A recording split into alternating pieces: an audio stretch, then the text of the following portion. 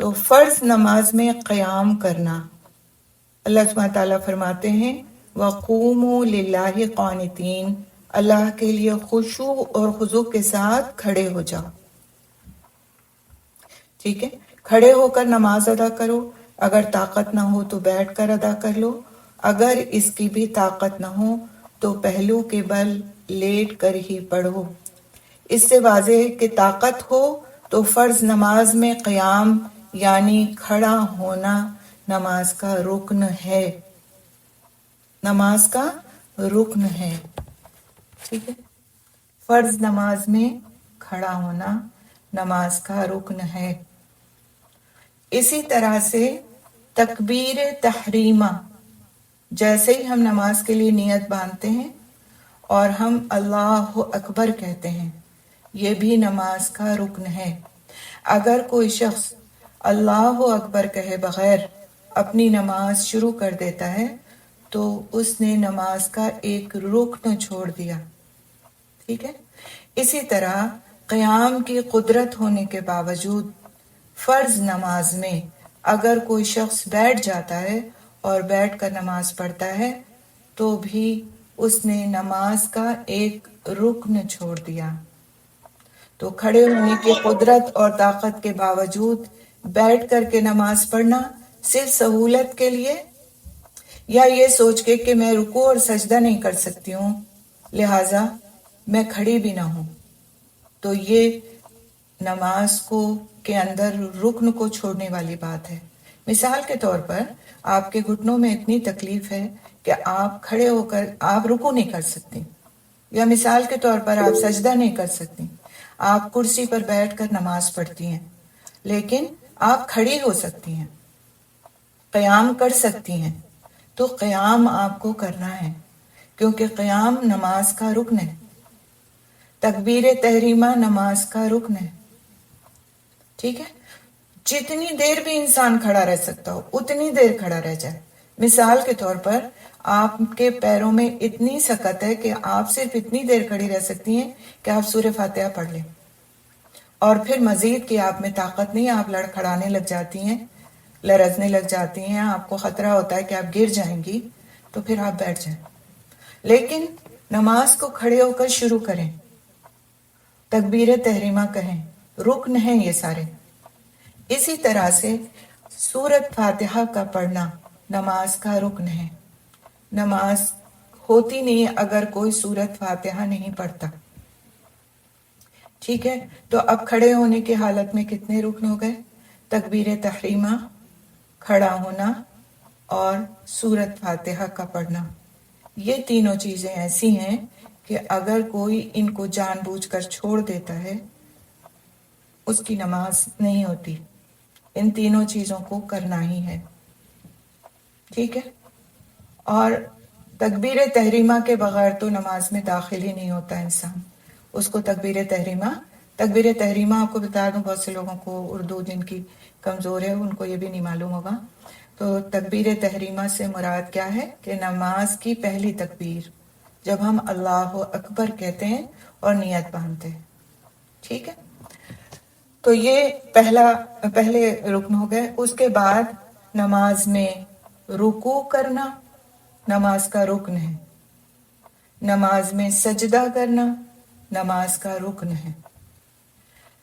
آخری تشہد میں بیٹھنا یعنی جس کے بعد اب ہم کو سلام پھیرنا ہے، اس تشہد میں بیٹھنا نماز کا رکن ہے.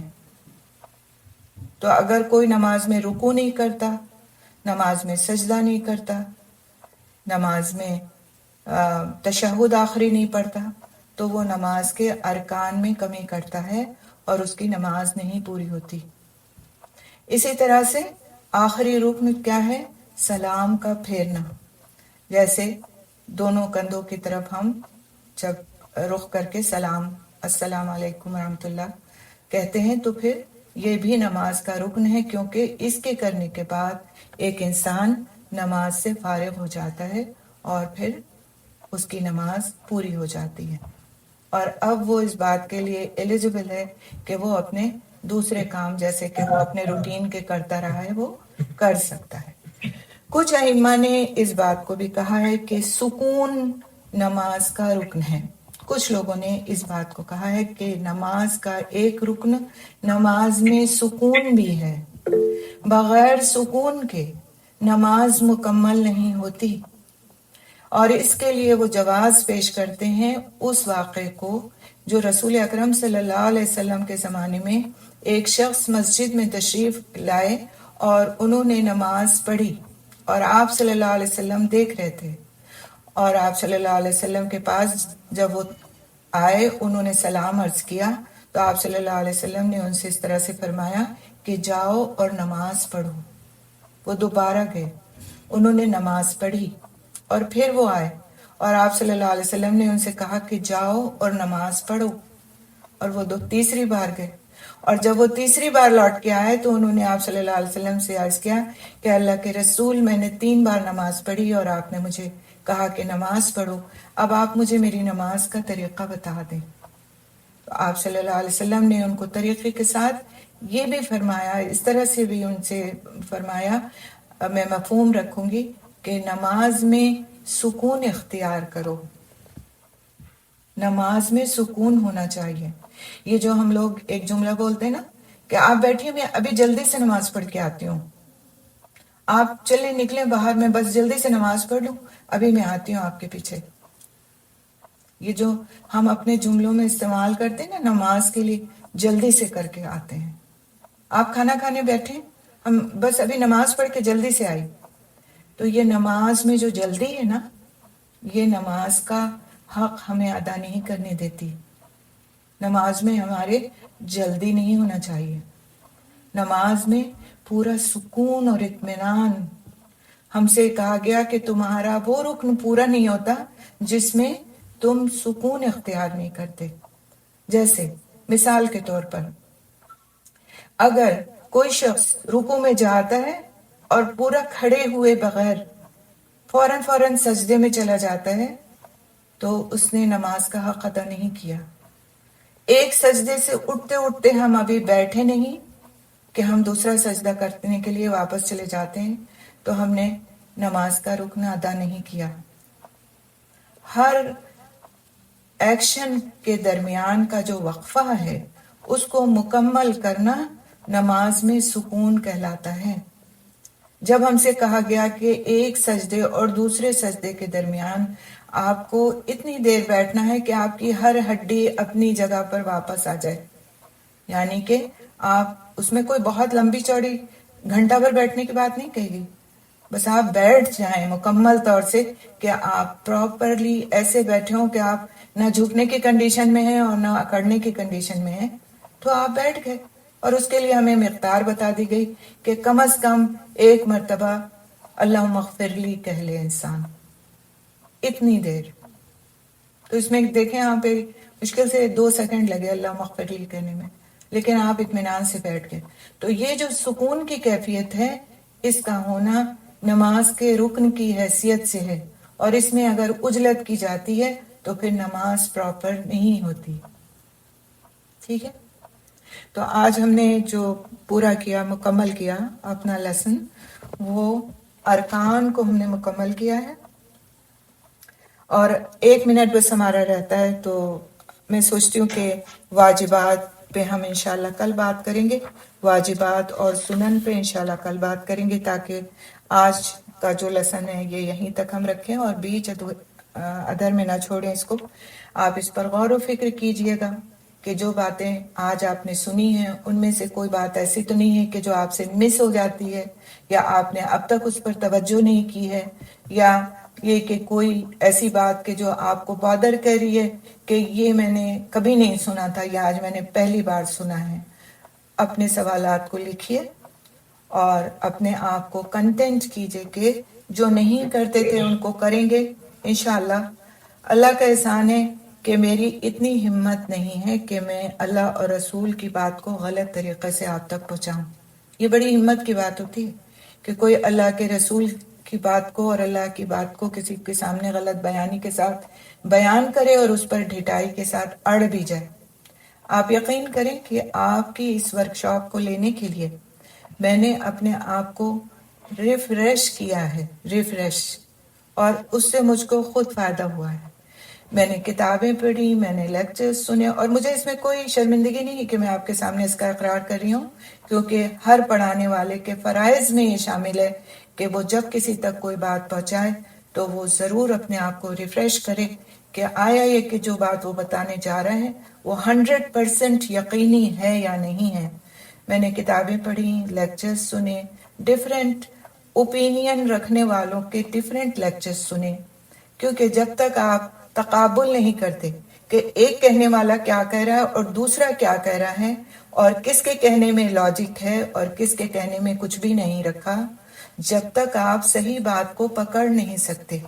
اس لیے ہمیشہ ہمیں اپنے مخالف کی بات کو بھی سننا چاہیے کہ آیا وہ کیا کہہ رہا ہے۔ پھر اس کے علاوہ میں نے اپنے جو استاد تھے، الحمدللہ جن کو میں استاد سمجھتی ہوں اور وہ میرے استاد ہیں، ان سے بھی کنسلٹ کیا۔ فلانی بات پہ مجھے تھوڑا سا شبہ ہوتا ہے کہ یہ بات صحیح ہے، کیا یہ میں بتا سکتی ہوں، کیا اس بات پر ائمہ کرام کا اجتہاد ہے، کیا یہ بات غلط تو نہیں ہوگی اگر لوگوں تک پہنچائی جائے، اور الحمدللہ ان کے جوابات بھی مجھے ملے۔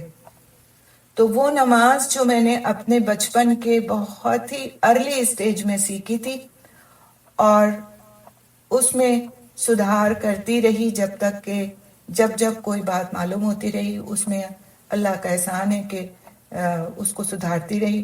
اس کے باوجود آپ کو پڑھانے کا صلہ اللہ سبحانہ تعالیٰ نے مجھے یہ دیا کہ میں نے اس کو پھر سے ریفریش کیا۔ الحمدللہ ثم الحمدللہ، اللہ تعالیٰ آپ سب سے قبول کرے آپ کا یہاں آنا، بیٹھنا، سیکھنا اور سیکھنے کی نیت کرنا۔ لیکن ایک بات جو بہت زیادہ بادر کرتی ہے مجھے وہ یہ ہے کہ ہم چھوٹی چھوٹی سی باتوں کو لے کر آپس میں جو لڑ پڑتے ہیں اور آپس میں جو ایک دوسرے کو بالکل ایسا ٹھہرا دیتے ہیں کہ آپ صرف اور صرف غلط ہیں اور میں صرف اور صرف صحیح ہوں، ان باتوں سے اپنے آپ کو اوپر اٹھانے کی کوشش کریں۔ ہم مسلمان متحد ہو نہیں سکتے جب تک ہمارے دماغوں میں وسعت نہیں آتی، اور یہ وسعت ہمارے دین کا حصہ ہے، یہ وسعت ہمارے دین کا حصہ ہے۔ تو حرام کو حرام کہنا تو صحیح ہے، لیکن کسی حلال کو بھی حرام درجے میں رکھ دینا یہ غلط ہے۔ ٹھیک ہے، یہیں پر ہم اپنی کلاس ختم کرتے ہیں۔ سبحان اللہ بحمدہ، سبحانک اللہم بحمدک، نشہد ان لا الہ الا انت، نستغفرک نتوب الیک۔ السلام علیکم ورحمۃ اللہ وبرکاتہ۔